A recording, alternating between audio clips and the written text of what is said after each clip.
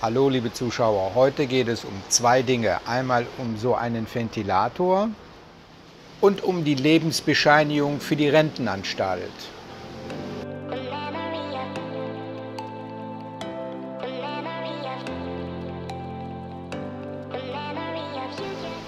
Hier in Thailand hat man sehr oft Ventilatoren. So einen zum Beispiel, ich nehme die immer mit Fernbedienung. Aber nach etwa 4, 5 Jahren geben die langsam den Geist auf und die drehen dann also nicht mehr so richtig. Und einen hatte ich dann auch schon mal weggeschmissen, weil ich dachte, der ist kaputt. Und dann hat man mir gesagt, bring ihn doch mal hier zu einer Straßenreparaturwerkstatt. Und das sind so, man sieht die meistens, die haben Kühlschränke draußen stehen und andere Elektrogeräte, wie zum Beispiel auch Waschmaschinen. Und die reparieren also auch diese Ventilatoren. So ein Ventilator hier mit Fernbedienung, das ist also schon eine gute Marke hier.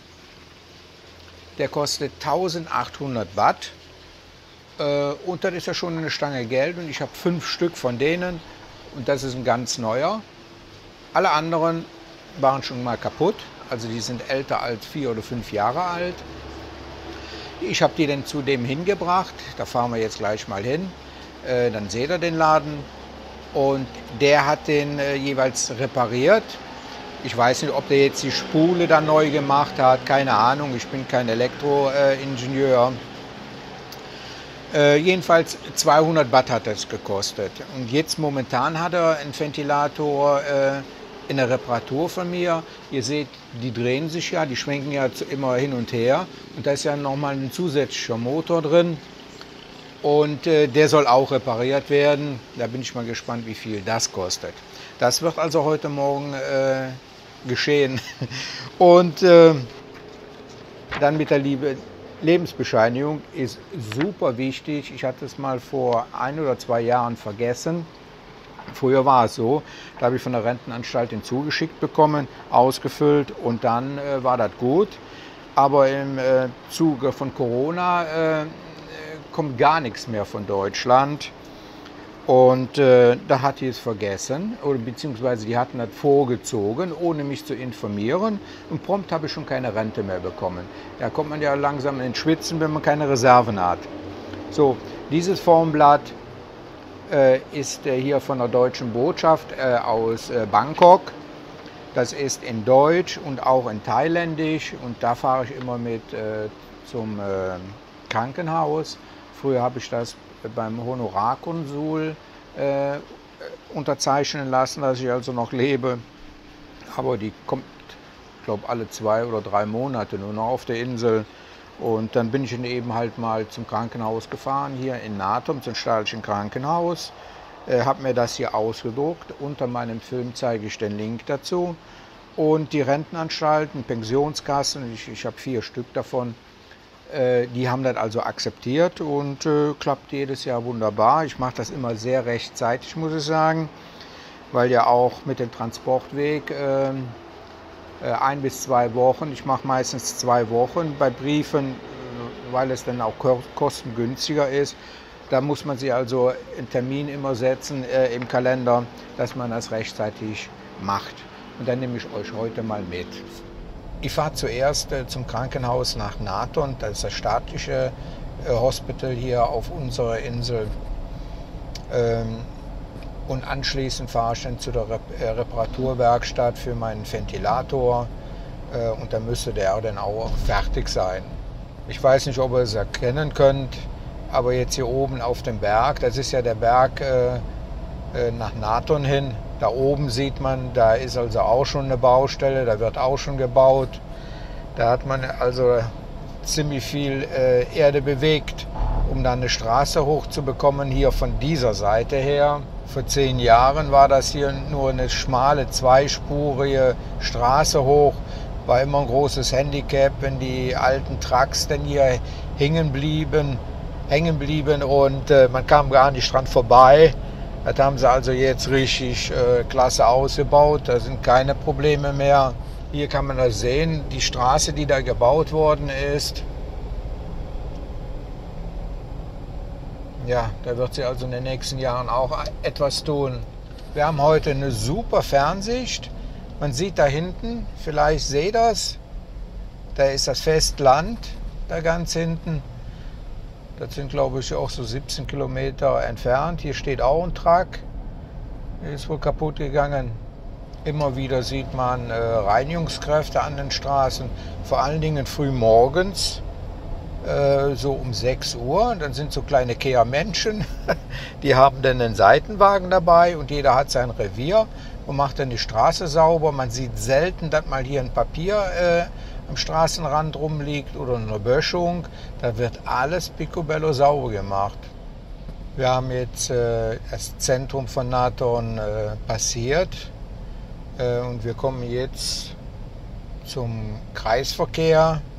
Und da geht es dann rechts ab zum staatlichen Hospital und auch zum Bushof. Von da aus gehen die ganzen Busse durch ganz Thailand, muss man sagen. Die fahren also von hier aus zur Fähre und dann geht es vom Festland nach Bangkok oder sonst wer und wo. So, was ihr hier im Kreisverkehr seht, da muss ich auch zweimal hingucken. Da ist ein Wal mit einem Babywal. Da ist der Wal und wir müssen, wie gesagt, jetzt erstmal zum staatlichen. Ja, hier auf der Höhe ist der Bushof, rechte Hand. Und hier am Ende geht diese Straße dann über in den Parkplatz vom städtlichen Krankenhaus. So, und dann kommen wir hier auf den Parkplatz vom Krankenhaus. Dann müssen wir jetzt erstmal einen Parkplatz finden. Das ist immer ein großes Problem.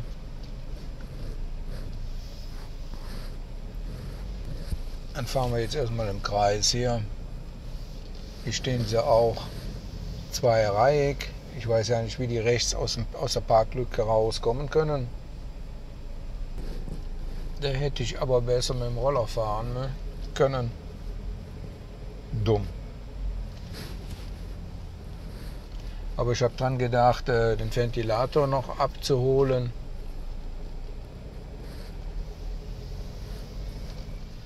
Ihr könnt euch ja vorstellen, dass ich die Kamera nicht mitnehmen kann ins Krankenhaus selber. Aber wenn ich gleich zurückkomme, dann berichte ich euch dann, wie viel das Ganze gekostet hat und ob es da Probleme gegeben hat. Bisher die ganzen Jahre, jetzt bin ich 3 Jahre mache ich das, waren die super freundlich im Büro. So, und dann gehe ich mal ins Krankenhaus. Das hat gerade mal 15 Minuten gedauert. Das ging also ganz schnell. Was natürlich immer sehr auffällig ist, wenn man in so ein staatlichen Krankenhaus reinkommt. Es waren so rund 400 Menschen im Wartesaal. Das sind also viele Bereiche, wo die Fachärzte sind, Normalärzte. Also 400 Menschen waren da. Wenn man natürlich weiß, wo man hin muss, dann ist das relativ einfach, auch ohne Dolmetscher. Die Frau war also wieder super nett, muss ich sagen. Und ich habe ja 4 Stück.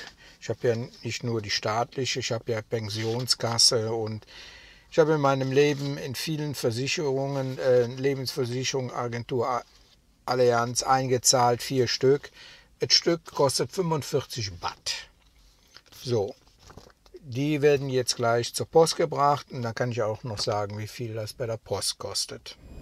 So, ich bin jetzt auf dem Weg zur Post hier in Menam und dann schauen wir mal, wie viel da ein Einschreibebrief kostet.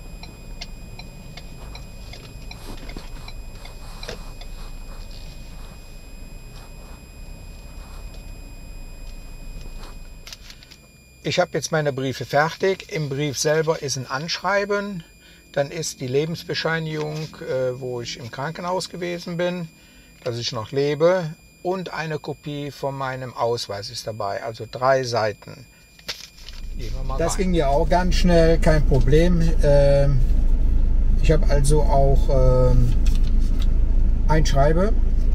250 Baht pro Brief war das. 2 bis 3 Wochen, dann ist das Ding in Deutschland. Ich kann hier nachsehen, ob die das auch erhalten haben, die Lebensbescheinigung. Ja, nächstes Jahr wieder. Okay, dann wisst ihr Bescheid. Das dürft ihr nicht vergessen, denn wenn ihr das vergesst, dann könnt ihr damit rechnen, dass ihr so ungefähr 2 bis 3 Monate keine Rente bekommt, bevor das Ganze wieder in Gange, bis das wieder automatisch läuft, dass ihr eure Rente bekommt. Also nicht vergessen. So, jetzt sehe ich noch meinen Ventilator abholen, dann zeige ich euch da mal die Werkstatt. Ja, das letzte, was ich jetzt noch machen muss, ist, ich muss meinen Ventilator hier abholen. Das ist hier auf der linken Seite. Ein unscheinbares, wie soll ich sagen, der hat alles draußen stehen, was er repariert. Also hier kann man erahnen, was er so alles repariert. Also an den Roller scheint er wohl Elektrik zu reparieren. Da stehen ein paar Verstärker, jedenfalls Klimaanlagen, Waschmaschinen. Überall, wo Kabel drin sind, da wird hier repariert. Dann gehen wir mal rein, gucken. Ja, er lächelt schon, das heißt also, scheint fertig zu sein.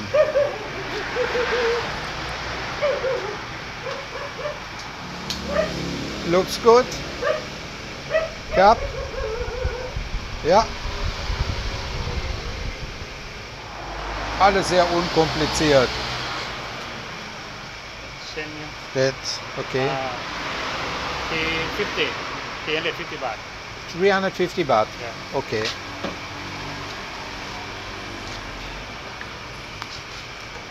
Cap. Also wie ihr gehört habt, 350 Baht kostet das. Wenn man jetzt bedenkt, ein neuer Ventilator kostet 1800 und jetzt habe ich die nächsten Zeit wieder Ruhe damit, geht das. Und dass es repariert wird. Also rate ich sowieso jedem hier in Thailand. Hier gibt es so kleine Shops und ich habe sogar gesehen, Röhrenfernseher werden hier noch repariert. Ich glaube, das gibt es gar nicht mehr in Deutschland. Radio- und Fernsehtechniker gab es früher mal. Heute wird alles, ich will nicht sagen gerade weggeschmissen, aber der Einzelne, da jemanden zu finden, der da reparieren kann, ist sehr schwierig. So, das war ein ganz normaler, nein, das war ein Tag mit Florenz Kittel. Okay, bis zum nächsten Mal. Tschüss.